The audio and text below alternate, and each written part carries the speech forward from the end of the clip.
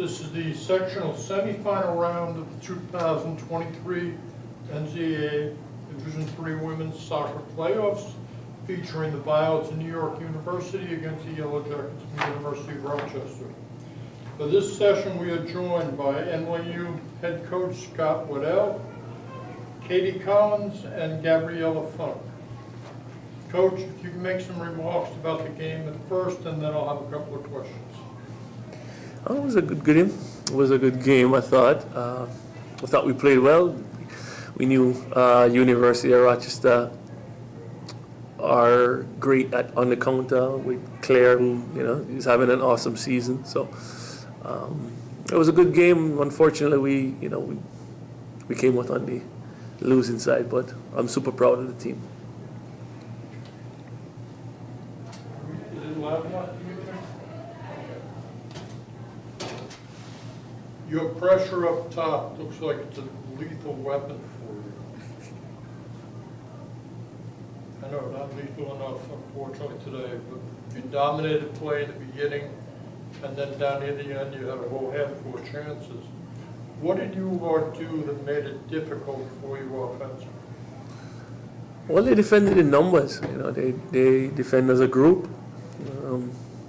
They're disciplined. And they're good in the air. They have the reigning UAA Defender of the Year. So, they're good players.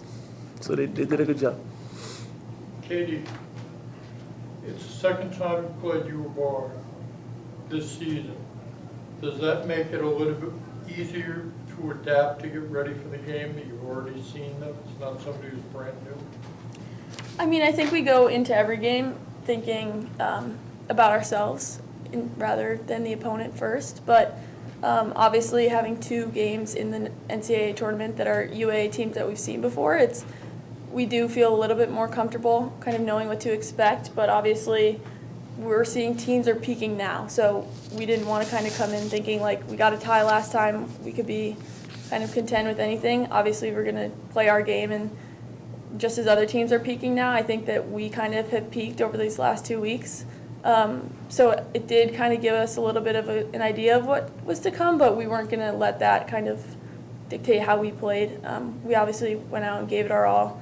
No matter what team or what opponent we were going to end our season on, I think that's how we wanted to go. So, Gabriella, how did you, especially when you got off to the good start, dominating the ball and making U of R really work on defense, did you change any strategy at all during the game? How you were doing things? We always just try to stick to our game plan, which is connecting the ball to feet, working together, working as a team, defending as a team. Honestly, I feel like we don't really change much about our play based on the opponent, like maybe a tactical shift or just like a pressing shift, but we know how to play and we're confident in our style of play, so we don't really change much when it comes to a different opponent. I think that our team and our coach has installed a confidence in us that we can play against anyone. And obviously we did play against Rochester, and I thought our team did a great job. They came out with the win, but I think both teams were great and worked hard. But no, we don't really change how we play. We don't really change our style based off who we're playing. Do we have any questions from you? So Scott, in your first year as a head coach, you have 2 of your 3 tri-captains here. How have you leaned on them throughout this whole season?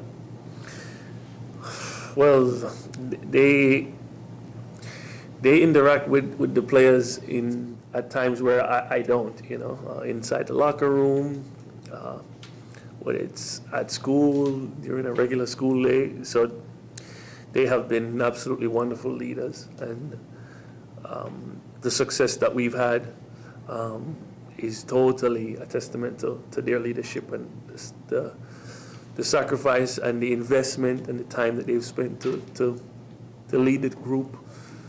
So I was super fortunate to have such a great leadership group. So, yeah. We've lost count on our end, communications-wise, of how many program records have fallen throughout the year. Chi and Katie, for you, what's maybe a word or two that you would use to describe this season for you each? I think honestly just perfect. I know that it didn't end the way that we wanted to, but kind of coming into this last season, all you can ask for is for a group of girls like the one that we had, and just like playing with and having so much fun with each other, and making history, like it just felt kind of perfect. And even though we couldn't get this result, that doesn't change like how happy and proud we're going to be kind of going out of this season. So I think for me, kind of similar, I would just say fun. Like, I stayed my last year just to have fun playing. Sorry. And I'm so lucky that like this team made this last year like even more fun than I've ever had playing, and it was such a great way to end. And I just feel like this team overall, no matter what happens, win, lose, tie, we're always just having so much fun on the field, on the sidelines, always cracking jokes. And I don't want to say it's never serious, because when it comes to being on the field, it is. But I feel like we faced a lot of adversity over the season, and no matter what, we've known how to make it still a great time. So, just fun. My last question is a little bit of a two-parter for each of you three. What are some really key takeaways from this season, and what's maybe a message that you might have for the underclassmen that will be returning? I think that like breaking all the records in the history is great, but I think that this team has kind of cemented the culture of our program, and I think it's like great for the university to see. It's great for our athletic department, but it's also great for kind of other teams to recognize NYU and kind of put the respect that's due. And our team has, been great in the past, and maybe we haven't gotten that recognition, but we started the NCAA tournament and we beat the number 3 team in the nation. We kind of have just been battling throughout our whole season, so I think that if anything is a takeaway, it's just that our program is just getting started, and I think that it's for the underclassmen should be super exciting because Scott has done a great job coaching our team this season. We have a ton of great young players, and I think culture is something that you can't just like hope that it comes. It's either there or it's not, and I think our team has the best team culture on any team I've ever played on. So Yeah, I completely agree. And also, like, for underclassmen, like, I'm so jealous that they get Scott for another 3 years, or however long. Like, I'm so jealous. I think that he's done such a great job with this team, as, like, our past coach had as well. But I think he's, like, continued to cultivate, like Katie said, a great culture. And he's just so positive on the field. And I think that's something that also is, when you're coming to practice or games, like, our team isn't dreading going. And I think that's, like, something that the underclassmen can look forward to, is just knowing that they're going to have a great season. It'll be a positive season, whether they win or lose. And, yeah, that's about it. Well, I mean, I really liked what Katie said in terms of the group has a great culture, and I think that is just something that's made the year really fun. And it would be foolish of me to think that every year is going to be as fun and the chemistry is going to be as good as it is this year, because it really was special. Everyone really just had a good time and we're supporting each other, and but we will continue to work hard to maintain that culture and maintain an environment where the team enjoys each other, works really hard, and continues to try and do things that make all our supporters, ourselves, and the administration, as well as the institution, proud. So that's it. Okay, thank you very, very much. Thank you. thank you.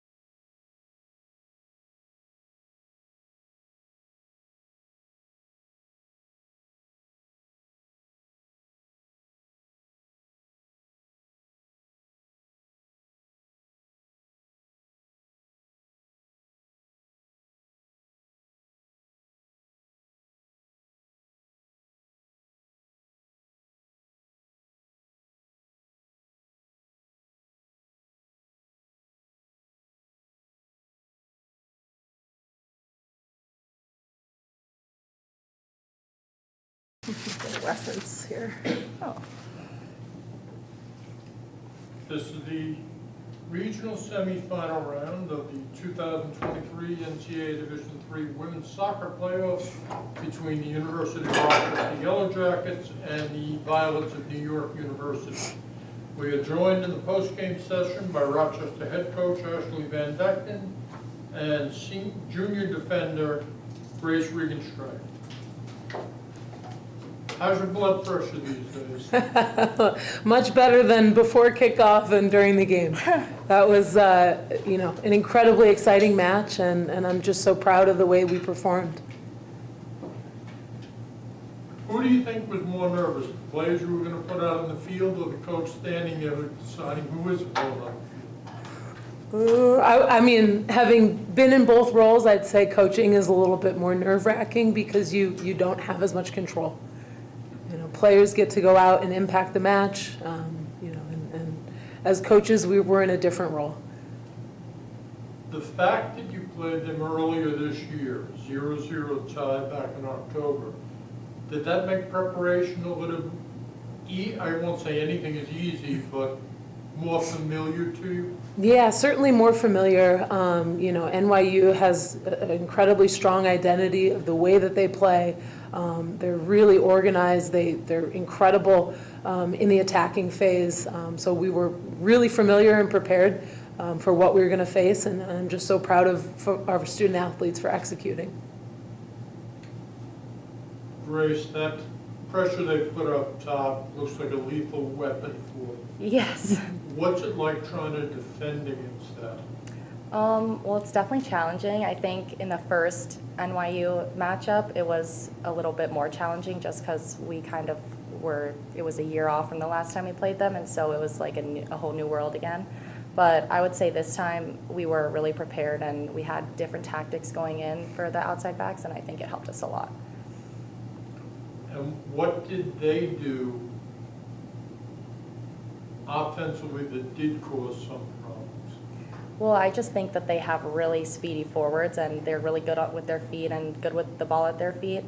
And I think that it's really hard when all of the forwards are moving all at the same time, but I think we did a good job passing off marks and making sure that somebody's pressing the ball at all times. Tell me about the free kick that made it 2-0. Well, I went up and I knew I wanted to shoot, but it was kind of just letting my foot take the reins, I think, a little bit. But I knew I wanted to go back post, kind of curve it in as best I could, and that's what I did. What was your reaction after you saw it slip through her fingers into the net? I think I was a little surprised. I kind of thought that she was there. I think that it was good that we had players around the ball. Like, I think Kat was there and she would have gotten the rebound if it had gone out a little bit, but I wasn't expecting that, but I mean, that's great. We were stoked. Ashley, you said earlier to Dennis's question that it's tougher being a coach, but I was watching you on the sideline and you seemed remarkably poised. How do you think your poise as head coach translates to the players on the field, especially after NYU gets a goal with 20 minutes left?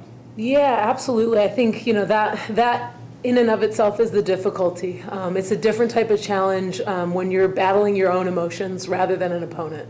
And that's really, for me, one of the biggest differences between being out there as a student athlete and being in charge of the program.